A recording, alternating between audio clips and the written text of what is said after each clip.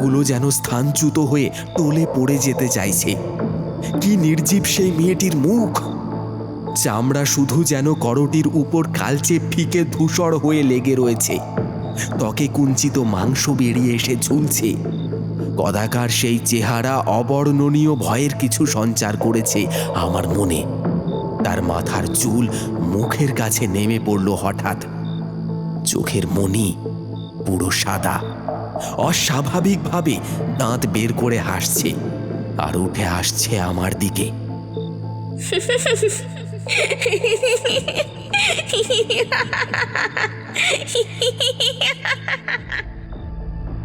দরজার বাইরে আসতেই স্টেজের দিক থেকে হাসি আর কান্না মেশানো শব্দ শুনতে পেলাম।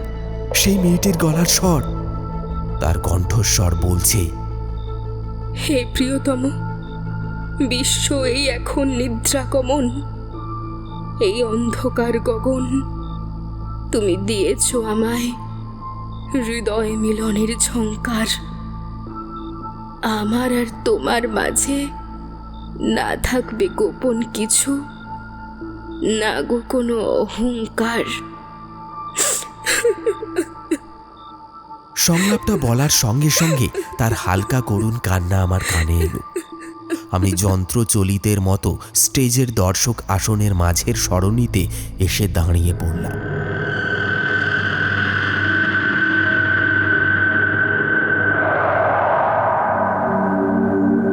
নমস্কার বন্ধুরা, কথার গল্পের আজকের এই হাড় হিম করা ভৌতিক গল্পের আসরে আপনাদের প্রত্যেককে অনেক অনেক স্বাগত জানাই। আমাদের চ্যানেলে এখনো পর্যন্ত যে কটি গল্প সম্প্রচার করা হয়েছে সেখানে আপনারা অনেক ভালোবাসা দিয়েছেন। এইভাবেই সঙ্গে থাকুন এবং শুনতে থাকুন আমাদের আগামী দিনের রোমাঞ্চকর সমস্ত গল্পগুলি। আর যদি আপনি এই চ্যানেলে প্রথমবারের জন্য এসে থাকেন তাহলে এক্ষুনি চ্যানেলটি সাবস্ক্রাইব করে পাশে থাকা বেল আইকন অল করে দিন। আজ আপনি শুনবেন লেখক শ্রীদীপ ভাদুড়ির কলমে হাড় হিম করা ভয়ের গল্প, আঁধার রাতের সেই নাটক মঞ্চ।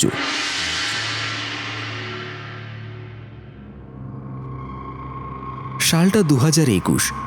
কোভিড মহামারীর পরিস্থিতির মধ্য সময়ের পর নিষেধাজ্ঞা কিছুটা সবে উঠেছে। নাইট কারফিউ চলছে যদিও। আমি খবরের কাগজটা পড়ছিলাম বৈঠকখানাতে বসে। সামনে সেন্টার টেবিলে খাবার দিয়ে গেছেন আমার মা। রাত্রের ডিনার। মা বললেন, সেই কখন কোন সকালে বেরিয়ে গেছিস, বিশেষ কিছু তো খাবার জোটেনি বোধহয় সারাদিন। এখন একটু আরাম করে আয়েশ করে খা। পাশের ঘরে টিভি চলছিল, ওটাই মায়ের ঘর। বোধহয় সিনেমা দেখছিলেন মা। রান্না করে কাজ শেষ করে মনোনিবেশ করলেন সিনেমাতে। আমি ফলের রসটা খেয়ে ততক্ষণে খাবারটা ধরেছি। সত্যি খুব খিদে পেয়ে গিয়েছিল। আসলে 2 বছর কাটিয়ে আজ কজন বন্ধুরা এবং আমাদের নির্দেশক মিলে নিজেদের লেখা নাটকটা একটি নাটকের মঞ্চে প্রস্তুত করে মঞ্চস্থ করতে পেরেছি। দর্শকরা এখন ক্রমে ক্রমে সবাই থিয়েটার হলের মুখো হয়েছেন এবং দেখেছেন তাদের শখের পছন্দের নাটক। সব কাজ শেষ করে সরঞ্জাম বাঁধা ছাদা করে বাড়ি ফিরতে ফিরতে অনেকটা ক্লান্ত হয়ে গিয়েছিলাম। তাই এসে গা হাত পা ধুয়ে সোফাতে বসে আরাম করেই খেলাম। সবাই নির্বাসন কাটিয়ে মহামারীর পর উদ্যোগ নিতে পেরে অত্যন্ত আগ্রহ সহকারে আমরা একত্রিত হয়ে আজ এই কাজটা করতে পেরেছি। ভীষণ উৎসাহ পাচ্ছিলাম। অন্তর থেকে মনটা বেশ খুশি ছিল। তাই সবাই সেই সকাল থেকে সারাটা দিন আমরা খাওয়া প্রায় অনেকটাই ভুলে গেছিলাম। কোনো মতে চা বিস্কিট, নিদেন পক্ষে মুড়ি খেতে খেতে কাজের মুহূর্তগুলোয় মনোনিবেশ করে গেছি। রাতের খাওয়াটা শেষ করে যখন আমি রান্নাঘরের বেসিনে হাত ধুচ্ছিলাম, এমন সময় আমার হঠাৎ খেয়াল হলো আমার ফোনটা থিয়েটারে আমার বন্ধু সন্তুর কাছে দিয়ে এসেছিলাম।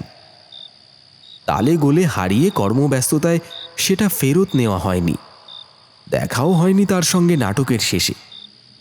বলেছিলাম সন্তুকে আমার ফোনটার ব্যাটারিটা একটু চার্জ করে দে, তারপর এসে আমায় ফেরত দিস। কি আশ্চর্য, ও নিজেও তারপরে ফেরত দিয়ে যায়নি। আসলে ওর কাজ আমাদের গ্রিন রুমের বাইরে। মঞ্চ ও মঞ্চের নেপথ্যে আলো ও শব্দ বিভাগে দেখাশোনা করে সন্তু, আর আমার কাজ নাটকের মধ্যে। মঞ্চে ব্যস্ত ছিলাম অভিনয় নিয়ে, তাই ওর কাছে ফোনটা দিয়ে বলেছিলাম, এই ফোনটার ব্যাটারিটা লো হয়ে যাচ্ছে, বন্ধ হওয়ার আগে ব্যাটারিটা চার্জ করে রাখ। ও আমার কাছ থেকে হাতে করে ফোনটা নিয়ে চলে যায়, বলে, অবশ্যই দিচ্ছি। নাটক শেষে আমি দলের সম্পাদকের সাথে কথা বলে বেরিয়ে চলে এসেছিলাম। তখন সন্তু আমাকে ফেরত দেয়নি আমার ফোনটা। আমার মায়ের ফোন থেকে ওকে ফোন করলাম। রাত তখন প্রায় 11টা। ওকে বললাম, আমার ফোনটা কি তোর কাছে রেখে দিয়েছিস? আমার এখনই তো দরকার, কাল সকালে দেরি হয়ে যাবে, আজও কাজ আছে। এই লকডাউনের সময় বাড়ির সঙ্গে যোগাযোগ রাখতে পারবো না বাইরে বের হলে, তাছাড়া আমাকেও কেউ যোগাযোগ করতে পারবে না। ফোনের ওপাশ থেকে সন্তু বলল, সরি ভাই দীপাঞ্জন, তোর ফোনটা আমার আনা হয়নি, ওটা থিয়েটারেই রয়ে গেছে রে, একদম ভুলে মেরে গেছি রে। তবে চার্জ হয়ে গেছিল ব্যাটারিতে। লাইট আর সাউন্ড ডিপার্টমেন্টের রুমের একটা খোপে ওই মঞ্চের উপরের ফ্লোরে বসে কাজের জায়গায় রয়ে গেছে। সরি ভাই, ভেরি সরি। কালকে বন্দোবস্ত করছি তোর ফোন এনে দেওয়ার। না রে, কালকে অবধি অপেক্ষা করলে চলবে না। এই থিয়েটারে কোভিড বিধিনিষেধ চলছে। কালকে থিয়েটার খুলে তুই পৌঁছনোর আগে বা আমি পৌঁছনোর আগে যদি ফোনটা ওখান থেকে কেউ সরিয়ে নেয়, তার গ্যারান্টি কে নেবে? ফোনটা আমাকে উদ্ধার করতেই হবে আজকে রাত্রেই। ঠিক আছে, তুই রাখ, আমি দেখছি। এই বলে আমি ফোনটা ছেড়ে দিলাম। তারপর তাকালাম ঘড়ির দিকে। সময় বলছে রাত্রি 11:11। ইতিমধ্যে বাইরে রাস্তা প্রায় ফাঁকা হয়ে এসেছে। কিছু বিশেষ প্রয়োজন ছাড়া কেউ বড় রাস্তায় নেই। রাস্তায় অল্প কয়েকটা গাড়ি চলাচল করছে, অটো, বাস বা রিক্সা। এখন এসব কিছুই রাস্তায় নেই, কারণ আধা ঘন্টার উপর হয়েছে নাইট কারফিউ শুরু হয়ে গেছে, অর্থাৎ রাত 10:30টায়। কিন্তু আমাকে বেরোতে হবে নিজের প্রয়োজনে, সেটাই বাইরে পুলিশ ধরলে তাদেরকে বলবো। এটাই মাকে বলে বুঝিয়ে আমি বাড়ির বাইরে বেরিয়ে এলাম। দূরদর্শী নাট্য সদন পৌঁছতে হলে আমার বাড়ি থেকে যেতে হবে প্রায় 5.5 কিলোমিটার পথ। পাশের বাড়ির সৈকতদাকে ডেকে বললাম তার স্কুটিটা একটু আমায় দিতে। খুবই সাহায্যপূর্ণ ব্যক্তি উনি। আমার কাছে ঘটনা ও পরিস্থিতি শুনে রাজি হলেন এবং স্কুটিটা আমায় বার করে দিলেন। সৈকতদাকে ধন্যবাদ জানিয়ে আমি রাস্তায় নেমে বেরিয়ে পড়লাম। আমার গন্তব্যস্থল দূরদর্শী নাট্য সদন। রাত তখন প্রায় 11:30। রাস্তায় গাড়ি ঘোড়া কমে এসেছে, তবে পুলিশ টহল দিচ্ছে। আমাকে 2 জায়গায় পুলিশকে বলতে হলো যে নাটক প্রদর্শনীর কাজ আছে, তার জন্য কাজ শেষ করে বাড়ি ফিরছি। রাতের রাস্তায় মাঝারি গতিতে স্কুটিটা চালিয়ে নাট্য সদনের সামনে পৌঁছলাম। সময় লাগলো প্রায় মিনিট 25। নাট্য সদনের গেট বন্ধ। সিকিউরিটি রুমে রাত্রের সিকিউরিটি গার্ড রয়েছে ডিউটিতে, আর তার ঘরের আলোটা জ্বলছে।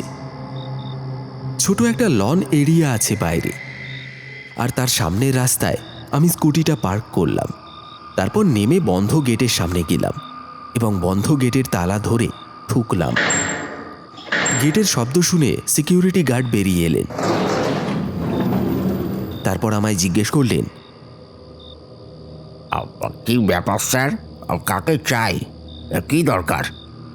লোকটা বোধহয় খাওয়া দাওয়া করে ঘুমটির মধ্যে বসে একটু জিরিয়ে নিচ্ছিল। 12টা বাজে, মানে মাঝরাত হয়েছে। নাট্য সদনে এরকম সময় কোনোদিনই আমি কোনো প্রয়োজনে এসেছি বলে আমার মনে পড়ে না। এখানে রাতে কোনোদিন প্রয়োজন পড়েও নি, অন্তত আমার না, বা আমার দলেরও কারুর পড়েছে বলে মনে হলো না, মনে পড়লও না। আমি সিকিউরিটি গার্ডকে আমার মোবাইল ফোনের ব্যাপারটা জানালাম। ভদ্রলোক অবাক হয়ে আমার দিকে দেখে বলল, এরকম মহামারীর মধ্যে জিনিস ভুলে ফেলে যান কি করে বলুন তো? মনে করে নিয়ে নেওয়া উচিত ছিল। নাইট কারফিউ ভেঙে তাহলে আপনাকে এত দূর আসতে হতো না। রাত্রে এখানে থিয়েটার বন্ধ থাকে আদেশ অনুসারে থিয়েটার কর্তৃপক্ষের। আমাদের কোভিড আচরণ বিধি মানতে বলেছেন সাহেব। সকালে আসুন 9টার সময়, ওই সময় অবধি আমার ডিউটি থাকবে। আমি মনে করে আপনাকে নিয়ে যাব বা নিজে খুঁজে বের করে রাখবো। এখন যান মশাই, তাড়াতাড়ি দাঁড়িয়ে থাকবেন না এখানে। পুলিশ আপনাকে আমাকে দুজনকে জেরা করতে পারে, বুঝছেন না? এখন ভেতরে ঢুকবেন না, এটা ঢোকার পক্ষে উপযুক্ত সময় না। ভদ্রলোক রাগ দেখিয়ে এগিয়ে এলো, খেঁকিয়ে উঠল বিরক্তিতে। আমি কাতরভাবে তাকে বললাম, দোহাই মশাই, এত দূর যখন এসেছি ফোনটা নিয়ে তবেই ফিরে যাই। সকাল 9টার সময় আসতে গেলে কাজে দেরি হয়ে যাবে অন্যদিকে। দয়া করে আপনি গেটটা খুলে দিন, আমাকে যেতে দিন। বাহ, আপনি তো আচ্ছা মুশকিলে ফেললেন মশাই। আমাদেরকে কর্তৃপক্ষ বলেছে রাত্রিবেলা ডিউটি করতে, ভিতরে কাউকে যেতে দেওয়া নিষেধ। মিটার রুম থেকে ভেতরকার মেন সুইচ বন্ধ করা আছে, ভিতরে আলো পাবেন না। কোনো রকম শর্ট সার্কিট যদি হয়, সেই অবস্থা থেকে বাঁচতে এই বন্দোবস্ত করে রাখা হয়েছে। আমি ধৈর্য ধরে তাকে অভয় দিলাম, আমার অন্ধকারে কোনো অসুবিধা হবে না। আমার সঙ্গে একটা পকেটে এমার্জেন্সি টর্চ আছে, আমি ম্যানেজ করে নেব। অগত্যা লোকটি চাবি বের করে সদনের দরজা খুলতে যাচ্ছিল। তারপর একটু থেমে ইতস্তত করতে লাগলো। আমার দিকে চিন্তিত চোখে চেয়ে বলল, দেখুন দাদা, আপনি ভিতরে যাচ্ছেন, যান। আমি আপনাকে অনুমতি দিচ্ছি, খুলে দিচ্ছি দরজার তালা। তবে জানিয়ে রাখি আপনাকে, ভিতরে কোনো ঘটনা সেরকম ঘটলে একটু সতর্ক থাকবেন আর বেরিয়ে আসবেন তাড়াতাড়ি। বাইরে আপনার স্কুটিটা নজর রাখছি আমি। ভিতরে দয়া করে বেশি সময় নেবেন না, সেটাকেই জলদি করতে পারবেন। আর আপনারা তো উপরে কাজ করেছেন, কোন রুমটার কাছে রাখা বলে মনে হচ্ছে? হ্যাঁ মনে আছে, ডিপার্টমেন্ট যেখানটাতে কাজ করে সাউন্ডের টেকনিক্যাল রুমের মধ্যে একটা খোপে রাখা আছে। আমি জানতে পেরে এসেছি। মেইন দরজাটা খোলার বন্দোবস্ত করুন। আশা করি ওটার তালার চাবি আপনার কাছে আছে। আমি গ্রিন রুমের ব্যাক সাইড দিয়ে যাব, আপনি প্লিজ মেইন দরজার বাইরে থাকুন। আমি সিঁড়ি দিয়ে দোতলায় উঠব, প্রোফাইল ডোরের পাশ দিয়ে চলে যাব। সিকিউরিটি গার্ড গিয়ে চাবি নিয়ে এলো, তারপর খুলে দিল প্রধান দরজা সদনের। আমাকে বলল, সিঁড়ি দিয়ে দোতলায় উঠে ব্যালকনির সাইডের দরজা দিয়ে প্রোফাইল ডোর পেরিয়ে গ্রিন রুমের পিছন দিকে নির্দেশটা মনে রাখবেন, আর খুব সাবধানে গিয়ে ফিরে আসুন তাড়াতাড়ি। আমি তাকে আশ্বস্ত করলাম, এক্ষুনি আসছি। যাক, এবার নিজের ফোনটা উদ্ধার করতে পারবো। দূরদর্শী নাট্য সদনের সিঁড়ির দিকে পা বাড়ালাম আমি। একদিকে আমাদের নাট্যমঞ্চ, ভেতরটা পুরো অন্ধকার। বাইরের আলো প্রবেশের জায়গাটা কমে এলো। নিজের পকেটের লাইটারের নিচে ছোট্ট টর্চটি জ্বালালাম।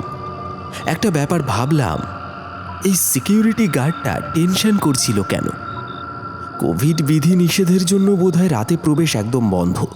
তাই প্রশাসন আর নিজেদের কর্তৃপক্ষের কাছে আর জবাবদিহি করতে হবে হয়তো, বোধহয় সেই চিন্তায় রয়েছে। তাকে দেখে এরকমটাই তো মনে হলো। সিঁড়িতে ফেলে ফেলে পা রেখে আমি উঠতে লাগলাম। সব দিকে এই মুহূর্তে নিস্তব্ধ। সারাদিনের যত সব ব্যস্ততা, উদ্যোগ, কোলাহল, সংলাপ আওড়ানো, স্ক্রিপ্ট পড়া, রেডি করা, এই মুহূর্তগুলো এখন আর নেই। এখনো রয়েছি কেবল আমি। তবে আমার ছায়া ওই মুহূর্তে আমার উপস্থিতি দেখতে পারছে না। বড়ই অন্ধকার। টর্চের আলো সামনের দিকে গিয়ে পড়েছে। আমি পৌঁছলাম দোতলার ল্যান্ডিংয়ে। করিডোর থেকে একটু এগিয়ে সামনে গ্রিন রুম। ওটার কাছ দিয়ে ঘুরে বাঁক নিয়ে উপরে একটা যন্ত্রাংশ ফ্লোর আছে। এখানে সাউন্ড টেকনিক্যাল ডিপার্টমেন্ট এই কামরার ভেতরে কাজ করে। সন্তু আজ বিকেলে ওখানেই ছিল, ওই ঘরটার ভেতরে। আমি ওই ঘরটার ভেতর প্রবেশ করলাম। ডান দিকে কিছুটা দূরে সুইচ বোর্ডটা, তার পাশের টেবিলটার উপরেই টর্চের আলোয় চোখে পড়ল আমার ফোনটা রাখা আছে। আমি এগিয়ে সেটা হাতে তুলে নিলাম। সন্তু ফোনটা সাইলেন্ট করে রেখেছিল। আমি জেনারেল মোড করে নিলাম। বেশ কতগুলো মেসেজ আর কয়েকটা ফোন কলও ঢুকেছে, মিস কল হয়েছে। মেসেজগুলো রিপ্লাই লিখছি এক লাইন করে। ঝটপট করে উত্তরগুলো দিয়ে দিলাম। সম্পাদক ফোন করেছেন দেখলাম বেশ কয়েকবার। তাহলে কাজের বিষয় নিয়ে মনে হয় অনেক কথা বলার ছিল। যাই হোক, বাড়ি ফিরে জানিয়ে দেব ফোনটা কী পরিস্থিতিতে রয়ে গিয়েছিল। লাইটারের টর্চটা এবার বন্ধ করলাম। তারপর মোবাইলের ব্যাকলাইট টর্চ জ্বালালাম। এটার আলো লাইটারের টর্চের থেকে অনেক বেশি। এবার ফেরবার পালা, তাই ফোনের মেসেজটা পেন্ডিং লেখাটা কমপ্লিট করে বেরোতে দরজার দিকে পা বাড়িয়েছি। চোখটা আমার মোবাইলের ওপরেই ছিল। এমন সময় আমার মনে হলো কিছু দূরে গ্রিন রুমের দরজার দিকে কাকে যেন ভেতরে প্রবেশ করতে দেখলাম। একটা কেউ যেন নিঃশব্দে পায়ে পায়ে চলে গেল। আমি এইবার ভাবলাম বোধহয় সিকিউরিটি গার্ড দাদা কোনো বিষয় দেখার জন্য ভেতরে এসেছেন, বা আমি কি করছি, আমার কোনো সাহায্যের দরকার আছে কি না সেই কারণে। তাই আমি এবার বলে উঠলাম, দাদা আপনি কি ভেতরে এসেছেন? আমি নিজের ফোন পেয়ে গেছি, এবার আমি বেরোবো। আপনাকে ধন্যবাদ আপনি এসেছেন বলে। চলুন তাহলে দরজার দিকে যাই, আপনার সঙ্গে একসঙ্গে বেরিয়ে যাবক্ষণ। এই কথার প্রত্যুত্তরে কোনো উত্তর এলো না। গ্রিন রুমের সামনে পৌঁছেও কাউকে কথা বলতে শুনলাম না। ভিতরটা পুরোপুরি নিকষ কালো অন্ধকার। আমি মোবাইলে টর্চের আলোটা উঁচিয়ে ধরে আবার বললাম, দাদা আপনি কি ভেতরে আছেন? ও দাদা। কোনো সাড়া শব্দ নেই, কিন্তু এবার মনে হলো আধো অন্ধকার আর আধো আলোর মধ্যে কেউ যেন দেওয়ালের দিকে, যেখানে আয়না ও তার সামনে রাখা থাকে বসবার চেয়ার, যেটায় বসে থিয়েটার অভিনয়ের শিল্পীরা সেজে পোশাক পরে। দেখলাম ঠিক ওই চেয়ারে কে যেন বসে আছে। কে বসে আছে সেটা ঠাউর করতে পারলাম না। আরো 2 পা ভেতরে এগিয়ে মনে হলো একটি মেয়ে বসে আছে। আমার থেকে পিছন ফিরে আছে সে। সেই নারী মূর্তির মুখ আয়নার দিকে, মাথায় তার ওড়না দেওয়া সালোয়ার কামিজ পরা। সে বারবার একটু সামনের দিকে ঝুঁকছে, আবার চেয়ারে সোজা হয়ে বসছে। বারবার এরকমই করছে সে। কিছুটা দূর থেকে তাকে দেখে সামনের দিকে আলোটা ধরে আমি এগিয়ে গেলাম আর ভাবলাম, এ কি, এই অসময়ে এখানে মেয়েটি কি করছে? থিয়েটারে আটকে পড়েছে নাকি? না হলে আমি ছাড়া এখানে তো আর কারোর থাকার কথা নয়। সিকিউরিটি গার্ড তো তাই বলল। নারী মূর্তিটা তাহলে কে? মনে হয় থিয়েটারের ভেতরে আটকা পড়েছে। আবার আমি ওই নারী মূর্তির উদ্দেশ্যে প্রশ্ন করলাম, কে ওখানে? এই যে শুনছেন, আপনি কি এইমাত্র কোনো কাজে ঢুকেছেন নাকি আগেই এখানে কোনোভাবে রয়ে গিয়েছিলেন? আমি নিজের দলের সঙ্গে আজ বিকেলে এখানে থিয়েটারের নাটকের কাজে এসেছিলাম। এখানকার কর্মী বা কোনো সদস্য কি আপনি? আমায় বলবেন কি? হঠাৎ এবার সেই নারী মূর্তি কিছুটা হেসে উঠল।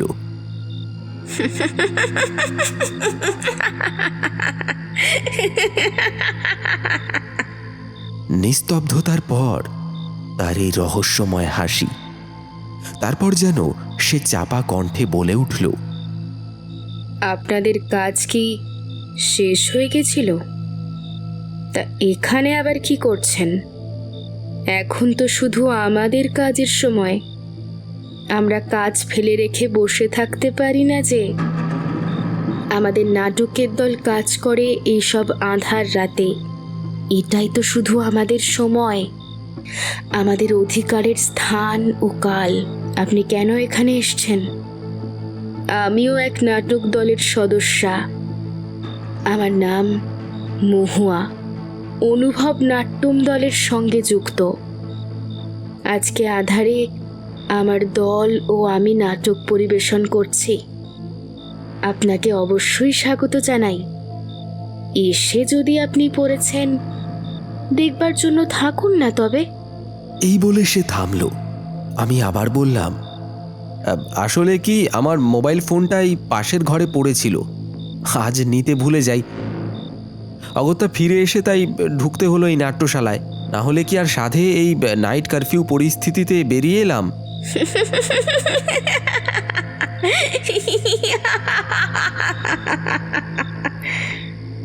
মেয়েটা আবার ফের হেসে উঠল। এবারে লক্ষ্য করলাম অন্ধকারে সেই আয়নায় নিজেকে দেখে কেশ বিন্যাস করছে সে। চিরুনি দিয়ে চুলে চালনা করতে লাগলো তার হাত। আয়নার ফ্রেমে আলো তো জ্বলছে না, ও নিজেকে ভালো করে দেখতে পাচ্ছে কি? এ কি অবস্থা! আমি নিজের চেহারা আয়নায় তাকিয়ে দেখতে পেলাম, অথচ সামনে অবস্থান করা ওই নারী মূর্তির মুখ বা তার শরীরের কোনো প্রতিফলন দেখতে পেলাম না আয়নায়। আয়নার সামনের ওই অংশ সম্পূর্ণ শূন্য। এটা কি দেখছি আমি? আমি কি হুঁশে আছি? চোখের সামনে ওই নারী তাহলে কি করে বসে আছে? মেয়েটা বোধহয় আমার মনের কথা বুঝতে পেরে এবার খিলখিলিয়ে হেসে উঠল।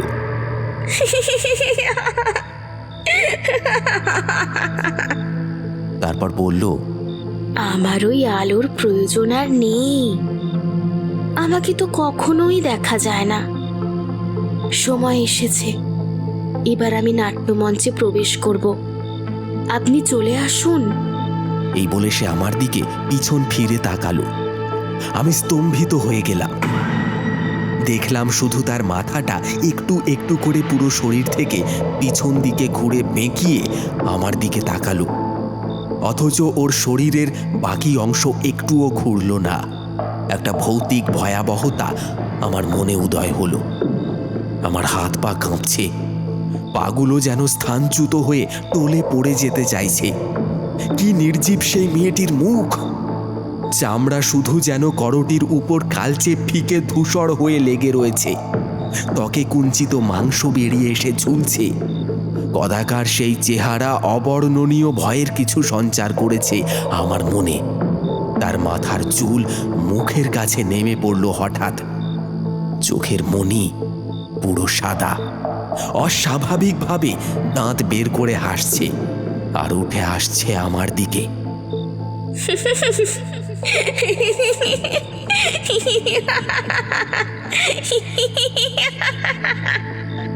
তারপর আমার পাশ দিয়ে সে এগিয়ে যেতে লাগলো গ্রিন রুমের দরজার দিকে। একটা ধোঁয়া যেন আবরণ করে রয়েছে ওই নারী মূর্তির চারিপাশে। সে যেন ভেসে ভেসে এগিয়ে যেতে লাগলো স্টেজের এন্ট্রি পয়েন্টে। আমি স্তম্ভিত আর হতবাক। ভয়ে আমার বুক কাঁপতে লাগলো অনবরত। যা দেখছি চোখের সামনে, এটা কি দুঃস্বপ্ন? না তো। নিজের মাথা ঝাঁকিয়ে দেখলাম আমি তো হুঁশেই আছি। তাহলে কি ওই নারী মূর্তি জীবিত মানুষ নয়? ওই রকম ভাবে মাথা ঘোরাতে পারে না কোনো স্বাভাবিক মানুষ। ওর শরীরের চামড়া মাংস স্বাভাবিক নয়, আর ওই চোখ, ওরকম মনি শুকিয়ে যাওয়া চোখ। না না, এটা জীবিত মানুষ না। আমার ভেতরকার ষষ্ঠ ইন্দ্রিয় আমাকে জানান দিল, এ সময় এই আঁধার রাত্রিবেলায় এই নাট্য সদন যেন এক নিঃসন্দেহ ভয়াবহ ভৌতিক স্থান। এই জায়গা খারাপ, এক্ষুনি পালাতে হবে। আমি কাঁপতে কাঁপতে এক হাতে ফোনটার আলো জ্বালিয়ে রেখে ওই ভৌতিক গ্রিন রুম ছেড়ে বেরিয়ে এলাম। দরজার বাইরে আসতেই স্টেজের দিক থেকে হাসি আর কান্না মেশানো শব্দ শুনতে পেলাম। সেই মেয়েটির গলার স্বর, তার কণ্ঠস্বর বলছে, হে প্রিয়তম, বিশ্ব এই এখন নিদ্রাগমন, এই অন্ধকার গগন তুমি দিয়েছ আমায় হৃদয় মিলনের ঝংকার। আমার আর তোমার মাঝে না থাকবে গোপন কিছু, না গো কোনো অহংকার। সংলাপটা বলার সঙ্গে সঙ্গে তার হালকা করুণ কান্না আমার কানে এলো। আমি যন্ত্রচলিতের মতো স্টেজের দর্শক আসনের মাঝের সরণিতে এসে দাঁড়িয়ে পড়লাম। করুণ কোনো দৃশ্যের অভিনয় চলছে, বেশ আবেগপূর্ণ। মুহূর্তে যেন সেই কান্না বিলাপে পরিণত হয়ে সংক্রমিত হয়ে পড়ল দর্শকদের মধ্যে। স্বল্প নীল আলোটা মঞ্চের চারিপাশে হঠাৎ একটু তীব্র হলো। একটা যেন হাহুতাশ নাট্য সদনের দেওয়ালের চতুর্দিকে ঘুরতে লাগলো। সঙ্গে একটা হাওয়া, ঠান্ডা হাওয়ার ঝলক আমাকে ছুঁয়ে দৌড়লো উপর নিচ আর চারিপাশে। আমি দর্শক আসনের দিকে তাকালাম। দর্শকরা বসে আছে, হাততালি দিচ্ছে। একসঙ্গে গুঞ্জন শোনা যাচ্ছে, কিন্তু এ কি? পোশাক পরিহিত দর্শকদের হাতগুলো কঙ্কালের হাত। জোড়ায় জোড়ায় কঙ্কালের হাত উপর দিকে উঠে হাততালি দিচ্ছে, আর তার থেকে এক ভয়ানক আওয়াজ ভেসে আসছে। ভীষণ ভয়ে স্তম্ভিত হয়ে গেলাম আমি। এইসব মৃত মানুষ যেন নাট্য সদনে নাটকের দৃশ্য দেখছে। কোনো পরলোকে দাঁড়িয়ে আছে আমি মনে হয়। এটা যেন প্রেতেদের নাট্য সদন। ভয়ে আতঙ্কে এবার আমি চিৎকার করে উঠলাম, কেউ কেউ কি আছো? কেউ কি আছো এখানে? আমি বেরোতে চাই এখান থেকে। আর পারছি না এসব দৃশ্য দেখতে। দর্শক আসনের পাশে এক্সিট দরজা। মাঝের সরণি থেকে সেদিকে লক্ষ্য করে পা দুটো চালিয়ে আমি বেরোতে গেলাম, কিন্তু সম্বিত ফিরলে বুঝতে পারলাম আরেকটা মূর্তি দাঁড়িয়ে আছে এক্সিট দরজার কাছে। তার মুখে পড়ল আমার টর্চের আলো। এই মানুষটাকে আমি চিনতে পারলাম। এটা হারুদা, নাট্য সদন মঞ্চের টিকিট পরীক্ষক। সে আমাকে দেখে হাসছে। ভাবলেশহীন মুখে ইশারায় চুপ করতে বলল, তারপর হাত বাড়িয়ে দিল আস্তে আস্তে আমার দিকে। তার হাতে ধরা একটা টিকিট। এবার সে চেরা চেরা গলায় বলল, আজ রাতের নাটকটা ভালো করে দেখে যাও। বেরিয়ে কেন চলে যাচ্ছ? আমি হারুদা। আমি হারুদাকে না বলতে গিয়ে হঠাৎ মাথায় খেয়াল এলো, এই হারুদা তো লকডাউনের সময় মাইনে না পেয়ে গলায় দড়ি দিয়েছিল। ওই টিকিট ঘরের মধ্যে ফ্যান থেকে ঝুলে পড়েছিল। খবরটি প্রকাশ করেন এখানকার নির্বাহক, সংবাদপত্রেও বেরিয়েছিল।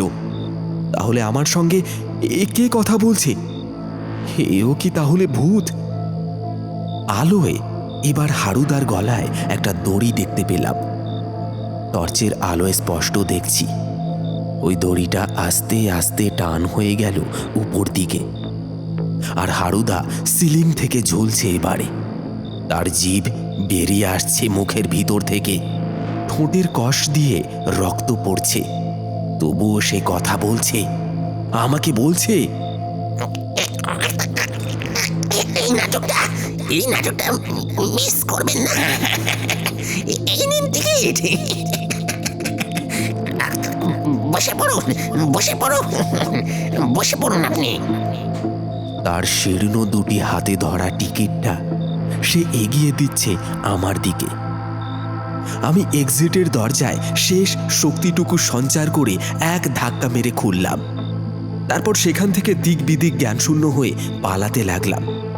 অস্ফুটে চিৎকার মুখ থেকে বেরিয়ে এলো আমার, না না না, এখানে আর নয়। কি ভয়াবহ আর ভৌতিক এই আধার রাতের নাট্য সদন আর এই মঞ্চ। আমার মনে হলো আমি অজ্ঞান হয়ে যাব, প্রাণটাই না ভয়ে বেরিয়ে যায় এবার। সিঁড়ি দিয়ে আমি দ্রুত নামতে লাগলাম।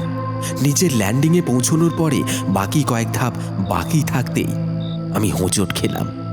আমার মাথা ঠুকে গেল সিঁড়ির রেলিংয়ে। ফোনটা তবুও হাত থেকে ছাড়িনি।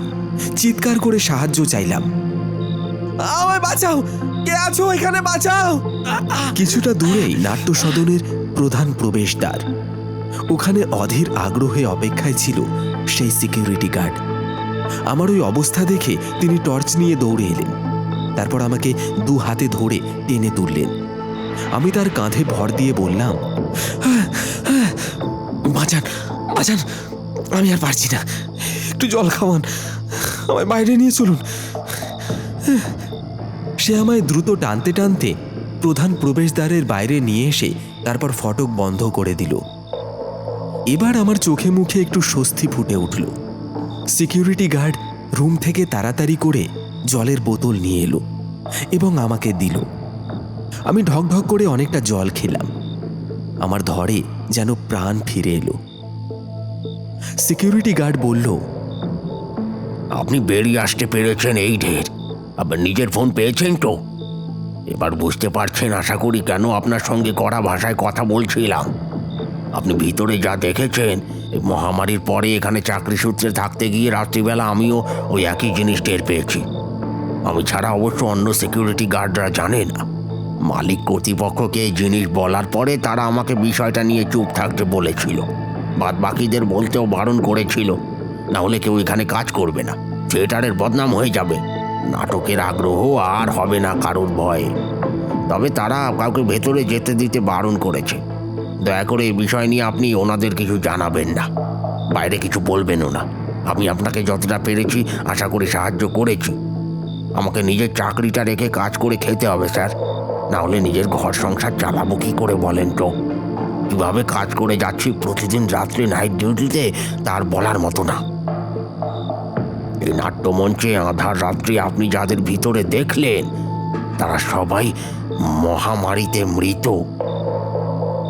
আমি আপনারা আসি না শুধু এখানে, এই মায়া কাটিয়ে এত সহজে তারা যেতে পারেনি। তাই সেসব প্রয়াত নাটক মঞ্চের সদস্যরা আজও ফিরে ফিরে আসেন নিজেদের কাজের মায়ায়। প্রবল আগ্রহ, ইচ্ছে তাদেরও টেনে আনে। আমি এবার কিছুটা ধাতস্থ হয়ে সিকিউরিটি গার্ডকে বললাম, আর হ্যাঁ, আমি তো খবর পেয়েছিলাম হারুদা নাকি আত্মহত্যা করেছিলেন। আমি তাকেও ভিতরে দেখেছি সবার শেষে। হ্যাঁ স্যার, ঠিকই শুনেছেন খবরটা। খুবই মর্মান্তিক ঘটনা। করোনার মহামারীর সময় লকডাউনে যখন থিয়েটার হল বন্ধ হয়ে যায়, সে সময় হারুদার আর কোনো কাজ ছিল না। মালিক কর্তৃপক্ষ তাকে আর কোনো মাইনেও দিতে চায়নি। অভাবী মানুষটা, তবুও মরিয়া হয়ে এখানে বারবার এসে কাজের জন্য হাত পায়ে ধরতেন, সাহায্য চাইতেন। শেষে একদিন ওই টিকিট ঘরেই সিলিং ফ্যান থেকে ঝুলে গলায় দড়ি দিয়ে আত্মহত্যা করলো বেচারা। বিধি নিষেধ থাকার জন্য তার সমস্ত আত্মীয় স্বজনরা আসতে পারেনি। মালিক কর্তৃপক্ষরাই তার সৎকার করে দেয় কোনো মতে। তবু হারুদা মানুষটা থিয়েটারের জন্য একটা টান অনুভব করে। এখনো নিজের ডিউটিতে রাত্রিবেলায় ফিরে ফিরে আসে। যারা থিয়েটার প্রেমী দর্শক, যাদের প্রাণ গেছে এই মহামারীতে, তারাও নতুন করে থিয়েটার দেখার আশায় নাট্য সাধনের মঞ্চে দর্শক আসন ভরাতে হাজির হয়ে যায় এই আঁধার রাতের নাট্যমঞ্চতে। আপনি মানবেন কি মানবেন না জানতাম না আমি, তবুও আপনার কোনো বিপদ যাতে না ঘটে তাই আপনাকে ভিতরে যেতে বারণ করেছিলাম। যাই হোক, আপনাকে সহযোগিতা করেছি। আপনি নিজের ফোন ফেরত পেয়েছেন। অনেক রাত গভীর হয়েছে স্যার, এবার আসুন। আপনাকে বাইরের গেট অবধি আমি ছেড়ে দিই। আপনার স্কুটিটা আমি হেফাজতে রেখে পাহারা দিচ্ছিলাম। বা চলুন স্যার, বাড়ি ফিরবেন তো? আমিও ডিউটি করি। আপনি বাড়ির দিকে এবার রওনা হয়েছেন। আমি ধীরে ধীরে উঠে বসে মানুষটার 2 হাত ধরে ধন্যবাদ জানালাম। তারপর ধীরে ধীরে হেঁটে এসে বাইরের গেটে নিজের স্কুটিতে উঠে স্টার্ট দিলাম। সিকিউরিটি গার্ডকে আশ্বস্ত করলাম, আপনি কিছু ভাববেন না, দুশ্চিন্তা করবেন না। আপনার চাকরির কোনো ক্ষতি আমি করব না। আমার কাউকে এ নিয়ে কিছু বলার নেই। কর্তৃপক্ষকে কোনো অভিযোগও জানাবো না। আমরা নাট্যকর্মী যেমন নিজেদের থিয়েটার করতে আসি, আবার আসব। এবার থেকে হয়তো শুধু দিনের বেলাতেই আসব। আসছি দাদা, অসংখ্য ধন্যবাদ। সিকিউরিটি গার্ড ভদ্রলোকও প্রতিদানে আমাকে ধন্যবাদ জানালেন এবং বললেন, ধন্যবাদ। আসুন স্যার, খুব সাবধানে যাবেন। ভালো থাকবেন স্যার, সুস্থ থাকবেন। আমি স্কুটি স্টার্ট দিয়ে বাড়ির দিকে রওনা হলাম। বাইরের জগতে মহামারী হলেও মনের ভয় আর বিভীষিকাপূর্ণ ওই স্থানকে আমি অন্তত পেছনে ফেলে দিয়ে আসতে পেরেছি। আমি বাঁচতে পেরেছি এরকম একটা পরিস্থিতি থেকে। বোধহয় এটা আমার কাছে একটা অনেক পাওয়া। আসলে নাটক মঞ্চে আমরা নাটক প্রস্তুত করি, প্রদর্শন করি, কিন্তু আজকের এই অভিজ্ঞতা, বা বলা ভালো ভুতুড়ে অভিজ্ঞতা, এটা আমার জীবনের একটা সত্যি ঘটনা, যা শুধু আমি মনে রেখে দেব, কারোর সঙ্গে ভাগ করব না। কেবল শুধু আমার মস্তিষ্কে আর মনে ওই রাত্রের ঘটনাটাই বারবার সিনেমার পর্দার মতন ভেসে উঠছে। শুনলেন আধার রাতের সেই নাট্যমঞ্চ। গল্পটি যদি ভালো লাগে তাহলে লাইক, কমেন্ট আর শেয়ার করে এক্ষুনি চ্যানেলটি সাবস্ক্রাইব করুন।